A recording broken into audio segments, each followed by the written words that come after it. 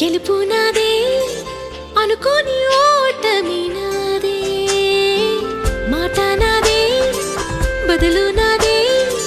ప్రశ్నల్ని మిగిలానే నా జాతకాన్ని నా చేతితో